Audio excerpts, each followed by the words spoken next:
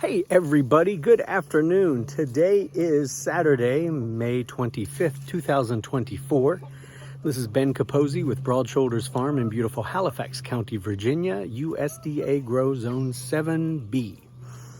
I am out with the laying flock right now, and I thought I'd do an update on how they're doing. They're actually in the May paddock right now. I don't know that I even did a video on the April paddock, but we're long overdue for an update. So I'll flip the camera around and I'll show you how they're doing. I'll talk about the eggs, and I'll talk about the plants that are coming along nicely in here. If you're into that sort of thing, rotational grazing, growing an orchard, growing plants for poultry, that's what's coming up next. I'll talk to y'all soon. Sorry, talk to y'all soon. Of course I will. Stick around. I'll flip the camera around and we'll get going. All right, there's my little cream leg bar ladies. Not leg bar, sorry, cream Brabanter, Dutch Brabanter. There's the other one. You jump out of here. You think you're too good for the flock, huh? You sleep in there? You stayed behind when we left the April paddock, and now you want to be here with everybody else. Well, hop the dang fence, lady. I could also open the gate, but I still need a piece of it to add for overlap, so I'll do that in a bit. But yeah, we're right now in the May and September paddock. That means that in their rotation, the laying flock comes in here during the month of May and during the month of September. So all the birds in here, sorry, not all the birds, all the plants in here have been selected, or fortunately were already in position to be fruiting in late August and or September. And you know, it's a work in progress as I try to dial all these things in, and I've already got some great feedback from what comes ripe elsewhere on the farm in May, and I'll talk about that in another video. But there's not a whole lot of cover in this paddock. There's not a whole lot of cover in any of the paddocks, honestly, because when I got started, you know, it was just sort of neglected pasture land with a few trees. And I've been working in here since 2018, probably in this area specifically since 2020, where the idea for the design of the orchard really started to come together. And I'm seeing a lot of things that I'm really pleased with. These river locust shrubs, Amorpha fruticosa. It's great, beautiful flowers that the pollinators love. It's a nitrogen fixing shrub. Can handle drought, can handle wet feet, really versatile. It's designed as a chop and drop crop, so after it flowers, I can cut them to the ground. They will mulch the rest of the plants, excuse me, in the rows, and then they'll come right back up. These went in as just like sticks, like that, smaller than that, a year or two ago, and they're finally starting to come into their own. I'll show you more of them as well. Excuse me,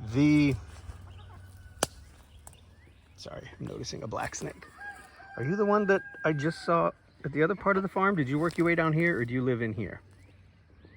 You might live in here. Snakes scare me, or they used to more than they do now.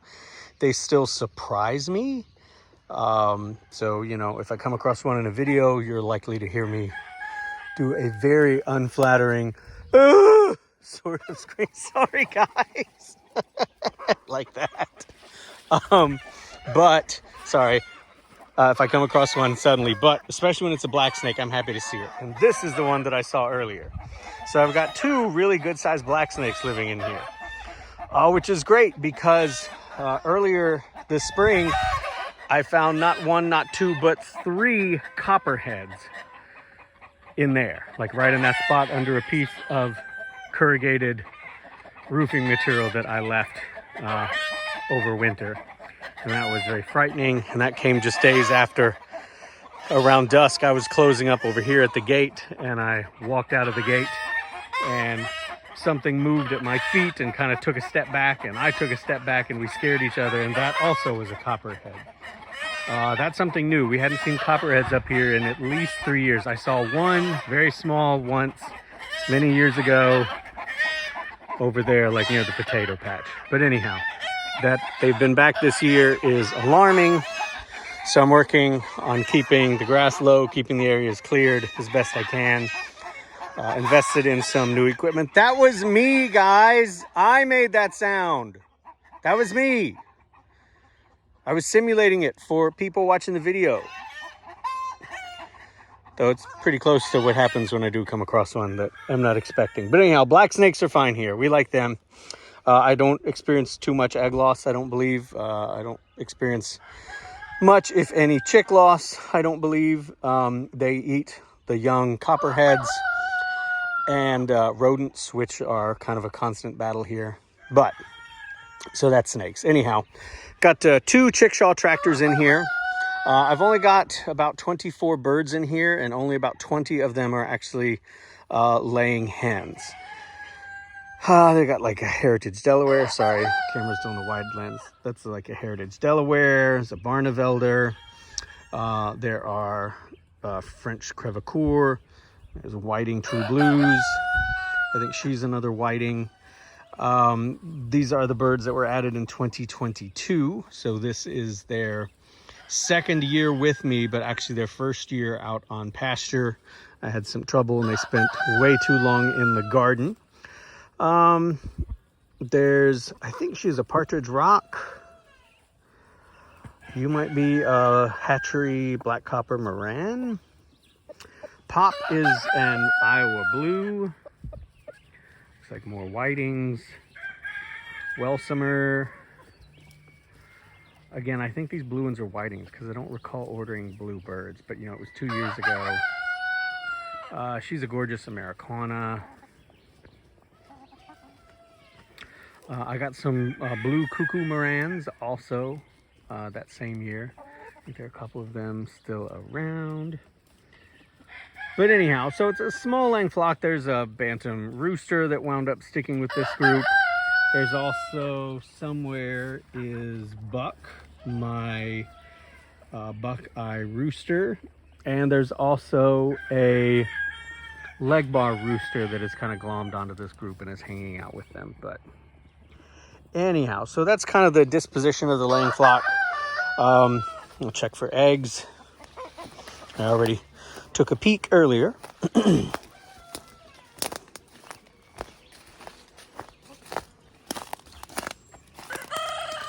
my, hello my dear. I'll leave you be. But yeah, there's a good amount in there today. I'm getting about 11 to a little over a dozen a day. You know, I work with only heritage breeds. And I work with colorful egg layers.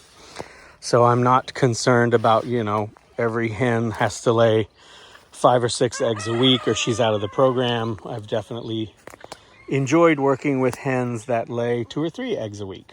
I really just like the diversity. This, excuse me, get a little distance here. This elderberry patch was here when I got here, when I started clearing this area out and trying to turn it into an orchard proper. So I've worked with the elderberry patch. You can see there's a lot of flowers already. So when the birds are back here in early September, these should be fruit, which they definitely enjoy. It's really a joy to watch them eat them. Right now it's providing a valuable service to them by being a really big source of shade for them. You know, chickens, modern chickens are descended from jungle fowl. They like an area like this. So if you're raising chickens on pasture, the quicker you can provide them some sort of natural shade with shrubs or trees, I think the happier they will be. Once these are fruited this year though, I'm gonna cut them all down to the ground and let them resprout. And also, once they're cut, I'm gonna dig up these ones that are in the aisles and not the ones that are in the rows. And actually, cutting elderberries to the ground is a way that they are maintained in commercial orchards. So it's not like I'm doing anything kind of crazy or wildly off the books. But what we have is, this is the main aisle, the main lane that we travel through. This is part of their rotation, coming from right back there where they came through. There's a gate down there, there's a gate there, there's a gate here. They stay here through May. There's a gate at the end of this row and a gate into their fourth rotational paddock. That's the June and October paddock. Excuse me. So that's coming up for them. But there's a row here along on the left, which is the eastern edge or orientation. That is due south. And this is a mixed row of pear. I think there's like Big Mama and Big Daddy. There's hazelnuts down there. There are 3 or 4 different persimmons. There's Proc, there's Yates. I know there's 2 Procs, there's a Yates. There's, oh, I added another one in there that's quite small. I'd have to look at my map. I have so many things on the brain, y'all. I've forgotten off the top of my head a lot of what's going on in here. But I am tempted to come in and go ahead and get this lane mowed, but there's another row here, and that features chestnuts and apples, more pears. In fact, I grafted 20 or 30 apple trees this fall with my daughter's help, and I've had really, really good success. Like, I think only one of the grafts has failed, so that's pretty good. They're all like fall russet varieties. So right here is Zabergau, but I mean, look at all that growth. You know, the graft is everything above the blue tape. And when I put these in, I added some catmint, some nephtha. I can't remember. I have to look at how it's spelled. But those did really well. I also dropped in horseradish. Ooh, that one's got his mouth open.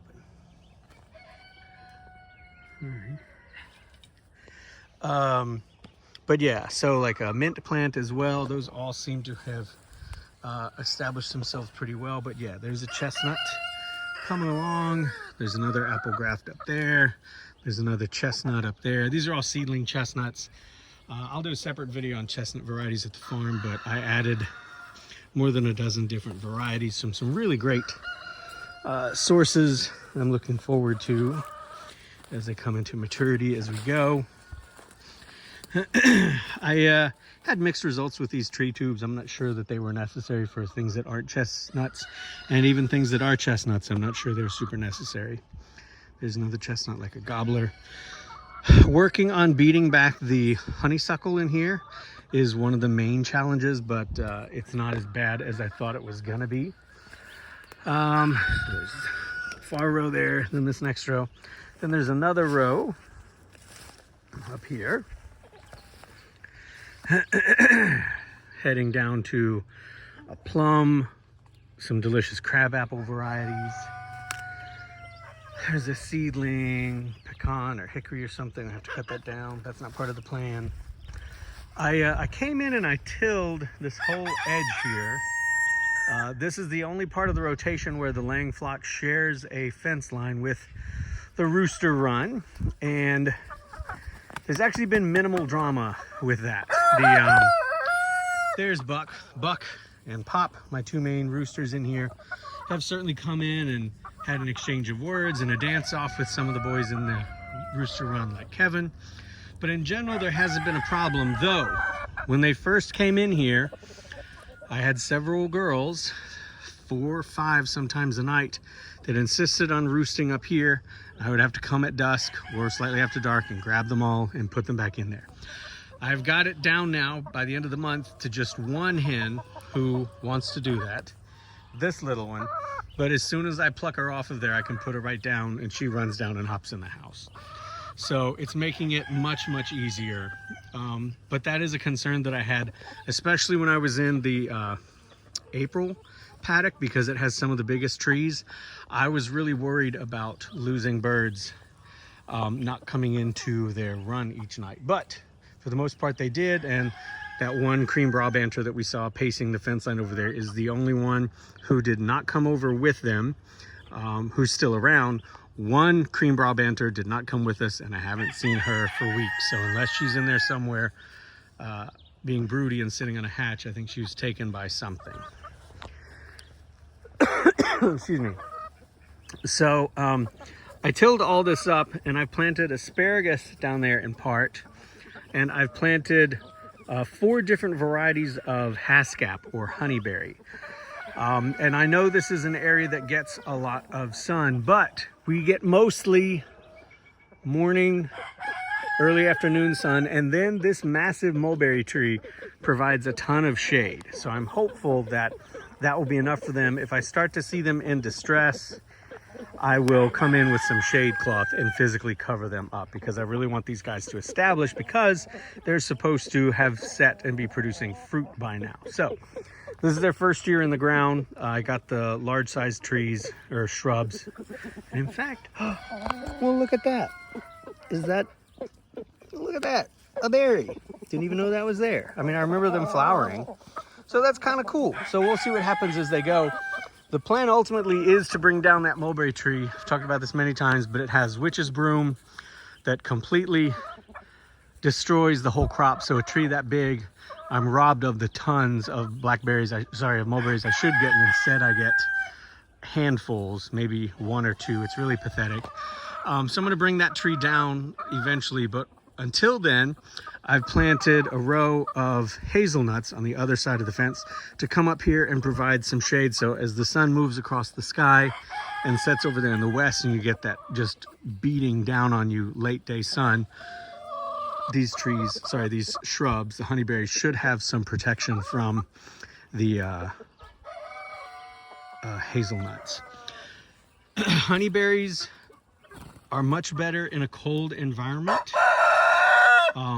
But I have been experimenting with the Japanese varieties, and they, unlike the Russian and the Canadian, the boreal varieties, these have a much wider range of zones that they can handle. And we get really hot here. So this is an aspirational project as much as anything else, but I am hopeful that it will take off.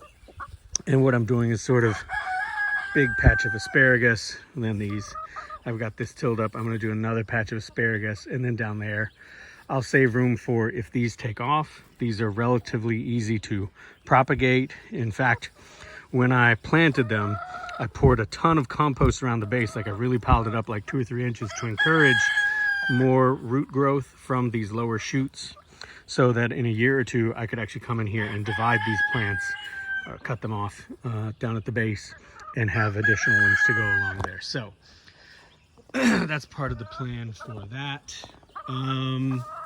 Chestnuts are doing well. I did I only did 3 grafted chestnuts, and they're not in this area. Everything else is a seedling. So if it fails or gets hit back by blight, it's not the end of the world. It'll just resprout from the roots, and I can replace it, or, see what happens next as we go along further. Excuse me. This was a really nice cultivar hazelnut that for whatever reason just did not wake up. So I'll come in here, weed whack this area, and basically rebuild this.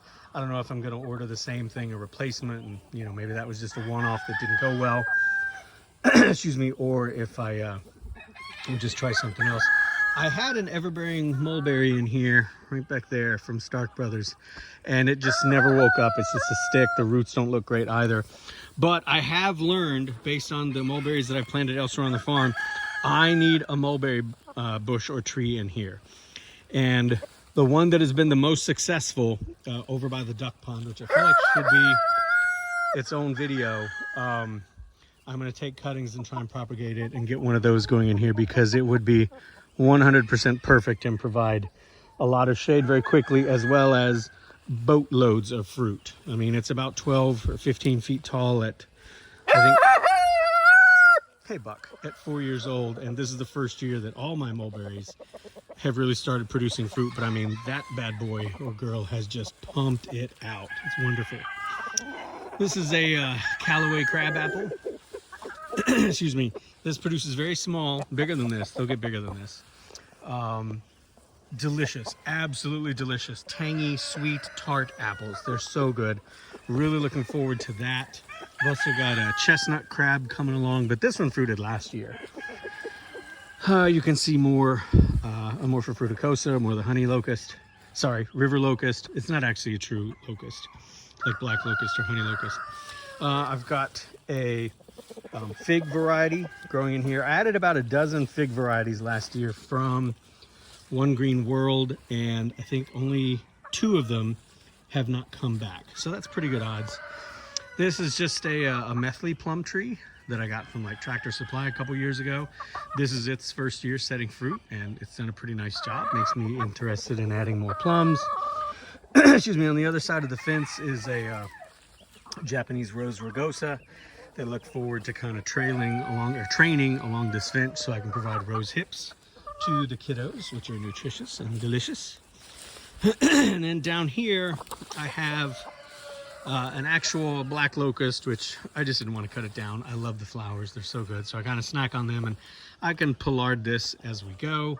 I also have a dwarf Korean chestnut, so looking forward to that coming along, as well as 1, 2, and I think is there a third one in here? I can't remember now, but I have at least these 2 chinkapins, dwarf chinkapin shrubs, which should produce some really nice single burr nuts like chestnuts, but much smaller. They're typically just for wildlife, but things that are typically just for wildlife actually tend to fit the bill for what I would like to do here with my poultry, allowing them to have some very seasonal eats and a very seasonal diet. In fact, like this pear right here, this Big Mama, and I showed you the other one down at the other one was Big Daddy at the beginning of the video. These are marketed as wildlife trees. They come from the wildlife group, and I have added just as many, I think, trees designed for wildlife plots as I have added like cultivar varieties of apple and pear, etc. Yeah. So there's a snapshot of where we are. I know this is a long video, but I hope you found it interesting. But the idea of the birds being able to come in here and start to draw lots and lots of their calories from what is growing in the paddock naturally is the idea. And it's a lot of work, and it's been expensive to make so many mistakes and figure these things out. But I'm actually, my sister, one of my sisters came and visited last week, and of course I hooked her up with some eggs, and she sent me a really nice text talking about how flavorful our eggs are and how she felt that she really didn't even need to add salt and pepper to them when she made them, which I took as a really high compliment, and I'm still kind of riding high off of that because that's pretty great. So that's where we are. Okay, questions, comments, concerns, helpful critique are always welcome. Wherever you are, whatever you are up to, I hope that you and those you care for are doing really well. Have a fantastic Memorial Day weekend, and I will catch you cats later. And I'm just going to add at the end of the video, excuse me, a few minutes of footage of that first black snake that I found kind of crawling along. It's a big looking devil. Excuse me. And you can follow the farm at Broad Shoulders Farm on Facebook and Instagram. I've been uploading way more shorts to the YouTube channel than these longer form videos. I'll get back to trying to come up with a balance between the short form and the long form, but it's just been tough with so much going on to take the time to do this. But I'm glad that I had the time today to bring you all up to speed. All right, y'all take care. Bye-bye. I turned around and this just happened to happen. This is what I saw. I don't know if she jumped up to grab that plum or if it just happened to fall. But that is what I hope is going to be happening here later this year, especially in September, with those early varieties of persimmons as they drop fruit, as the apple trees drop fruit. That's what I want. Them to come in here and find all these delicious, nutritious, mineral-rich, vitamin-rich, fresh fruit for them. And some of these look like they need to be thinned or they're not going to make it anyhow, so why don't I just give them to them? There you go, baby. Chick, chick, chick, chick, chick, chick, chick, chick. Chick, chick, chick, chick, chick, chick, chick, chick. Okay, back to the snake footage.